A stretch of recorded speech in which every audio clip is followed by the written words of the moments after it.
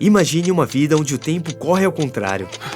Você nasce idoso e à medida que os anos passam, vai rejuvenescendo. É o que vemos em um curioso caso de Benjamin Button. Um filme comovente, cheio de boas lições e pequenos detalhes. E eu decidi assisti-lo quadro a quadro, numa análise completa, para até o final desvendar a verdadeira mensagem por trás da obra. Em todos os detalhes que você perdeu, ou não, em O Curioso Caso de Benjamin Button. Os detalhes estão na ordem que aparecem no filme, então fica até o final para não perder nada. Com certeza. O filme começa com Daisy, já idosa e à beira da morte, contando à filha uma história intrigante de um homem que construiu um relógio que andava para trás. Esse homem esperava que, revertendo o tempo, ele pudesse trazer de volta seu filho e outros jovens perdidos na guerra. Até o presidente da época, Teddy Roosevelt, ficou comovido, especialmente porque, na vida real, ele também perdeu um filho durante a Primeira Guerra Mundial. A estação de trem onde o relógio foi instalado é um lugar carregado de simbolismo. Assim como a vida, a estação é um ponto de chegada e partida, onde as jornadas se cruzam. O velho relojoeiro construiu relógios que medem o tempo, mas ele não poderia controlá-lo. Isso nos lembra que, como ele, todos nós navegamos na vida, sem controle total sobre o tempo que temos. Ainda que o desejo desse homem fosse impossível, ele nos faz pensar: e se pudéssemos viver ao contrário, como seria? É o que descobrimos quando a filha leu o diário de Benjamin Button para a mãe. Meu nome é Benjamin. Benjamin Button. Benjamin veio ao mundo no dia em que a guerra terminou. Sua mãe morreu no parto, e seu pai, horrorizado com a aparência do bebê, tentou jogá-lo no rio. Pensei que você fosse um monstro. Mas quem é o verdadeiro monstro nessa história? A criatura inocente ou o criador que tenta afogá-lo sem dar uma chance? No último momento, o pai decide abandonar o bebê em frente a uma casa, que, por acaso, é um lar de idosos. Benjamin é adotado por Queenie, a responsável pelo local, que cria como se fosse seu próprio filho. Assim somos levados a um dos temas mais profundos do filme: a morte. Criado numa casa de repouso, Benjamin cresce cercado por ela. Desde o começo, ele aprende a perder aqueles com quem se conecta. Como é na velhice, ele descobre muito cedo que a morte é uma parte inevitável da vida e que até as experiências ruins têm um propósito. É natural nós perdermos as pessoas que amamos. Como saberíamos como elas são importantes para nós? Lembra do Sr. Dawes? Já lhe contei que eu fui atingido por um raio 7 vezes. Ele reforça a ideia de que coisas ruins têm um propósito, interpretando os raios como um lembrete. Deus sempre me lembra que é uma sorte eu estar vivo. Crescendo cercado por idosos, Benjamin adota seus trajes e hábitos. É quase cruel ver uma alma tão jovem aprisionada em um corpo tão velho. E é aí que entra Daisy, o grande amor da vida de Benjamin. A neta da moradora do asilo é a única que o vê como uma criança de verdade. Curiosamente, o nome Daisy foi tirado do romance O Grande Gatsby, escrito pelo mesmo autor. O lar de idosos é repleto de histórias. O ator para quem o meu avô trabalhou era John Wilkes Booth. Homem que matou Abraham Lincoln. Ironicamente, Brad Pitt seria confundido com ele em Era Uma Vez em Hollywood. John Wilkes Booth. Cliff Booth. Num certo dia, um visitante em comum chega ao asilo, alegando que até pouco tempo vivia numa jaula com macacos. Por mais incrível que pareça, essa é uma história real. Ota Benga, em 1906, foi levado aos Estados Unidos e exibido em um zoológico em Nova York, junto com macacos. Inclusive, este é um recorte de um jornal real da época.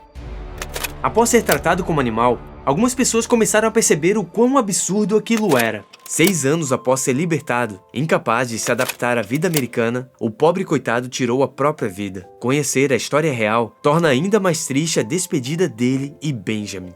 Daisy está hospitalizada durante a passagem do furacão Katrina, que devastou a cidade. David Fincher, diretor do filme, explicou que isso reforça os temas de mudança e transformação. Velha cidade, nova cidade. Curiosamente, furacões no hemisfério norte giram no sentido anti-horário, uma conexão sutil com o tema do filme. Pouco depois, quando a enfermeira fecha a pasta, podemos ver brevemente um adesivo com as letras DNR. Uma instrução para não reanimar Daisy em caso de parada cardíaca, aceitando sua hora. Mas já chegou minha hora. Preciso aceitar. A filha continua lendo o diário, onde Benjamin conta suas experiências trabalhando em um rebocador e as lições que aprendeu com o excêntrico Capitão Mike. E a das costas, como? As cenas do rebocador foram filmadas em estúdio. O barco era movido por dispositivos pneumáticos, enquanto o mar e a paisagem ao redor foram criados digitalmente. Durante uma das conversas, o capitão menciona que se as asas de um beija-flor pararem, seu coração explode e que elas batem no formato do infinito. O beija-flor guarda alguns simbolismos. Ele é o único pássaro que pode voar para trás, assim como Benjamin é o único cuja vida corre em sentido contrário. O tempo, como as asas do beija-flor, nunca pode ser interrompido. E o movimento do infinito das asas representa o ciclo sem fim da vida. Em uma viagem à Rússia, Benjamin vive um breve romance com uma mulher casada, que anos antes tentou ser a primeira a atravessar o Canal da Mancha. Mais tarde, Benjamin descobre que ela conseguiu atravessar o canal. Isso reforça outro tema central do filme. Nunca é tarde demais. Ou no meu caso, cedo demais. Embora não tenha sido a primeira mulher a cruzar o canal, foi a mais velha. Um dia, a mulher não aparece e Benjamin adormece no sofá, numa pequena homenagem a Seven, outro trabalho de David Fincher e Brad Pitt. Logo, a tripulação é convocada para rebocar navios na Segunda Guerra. Eles são surpreendidos por um submarino inimigo. A cena é impressionante e tem um detalhe muito legal: a pulsação do Capitão Mike parando durante sua morte, um efeito sutil, mas poderoso.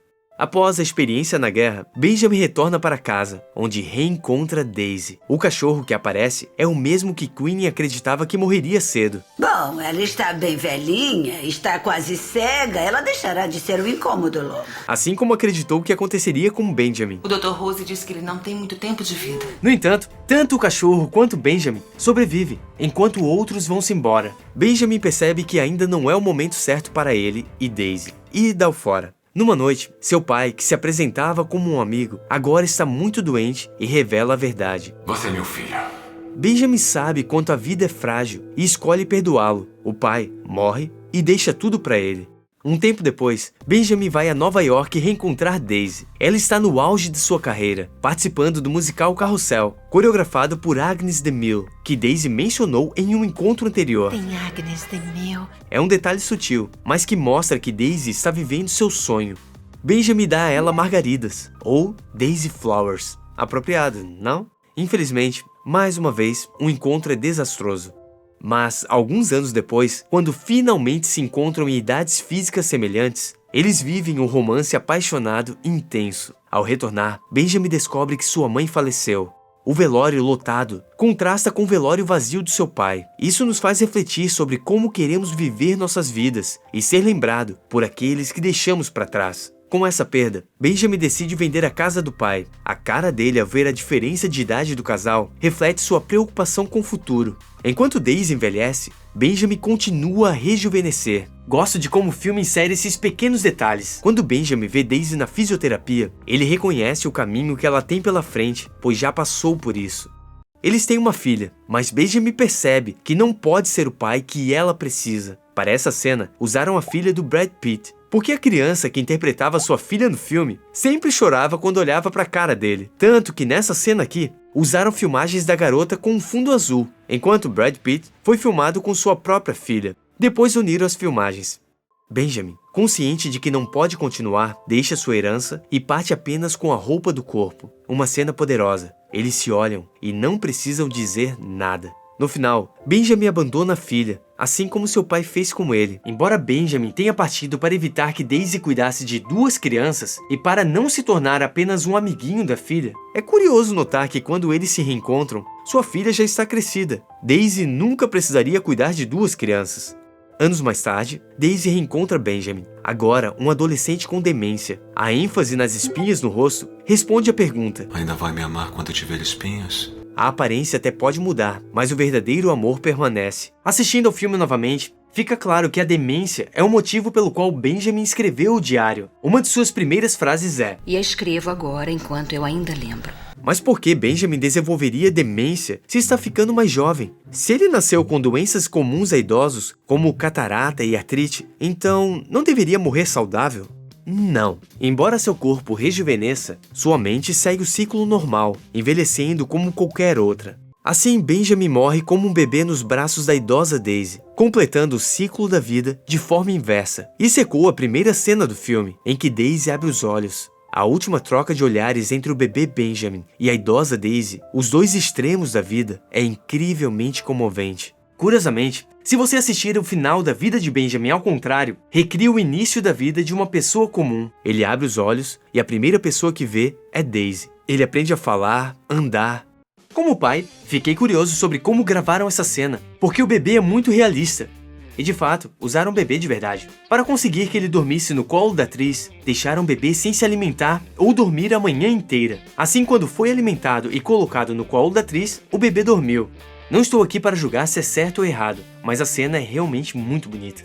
E se estiver curioso do porquê usaram outro ator para Benjamin adolescente e não substituíram o rosto, foi simplesmente porque faltou verba para os efeitos especiais. A música que Benjamin toca ao piano e que segue ao fundo da cena é Bethina, de Scott Joplin, Algumas pessoas nascem... composta após a perda da esposa, o que se encaixa perfeitamente com o momento. Um outro detalhe interessante, mas que pode passar despercebido, é a cicatriz que Benjamin ganha na Segunda Guerra Mundial. É usada para rastrear o personagem e continua com ele enquanto bebê.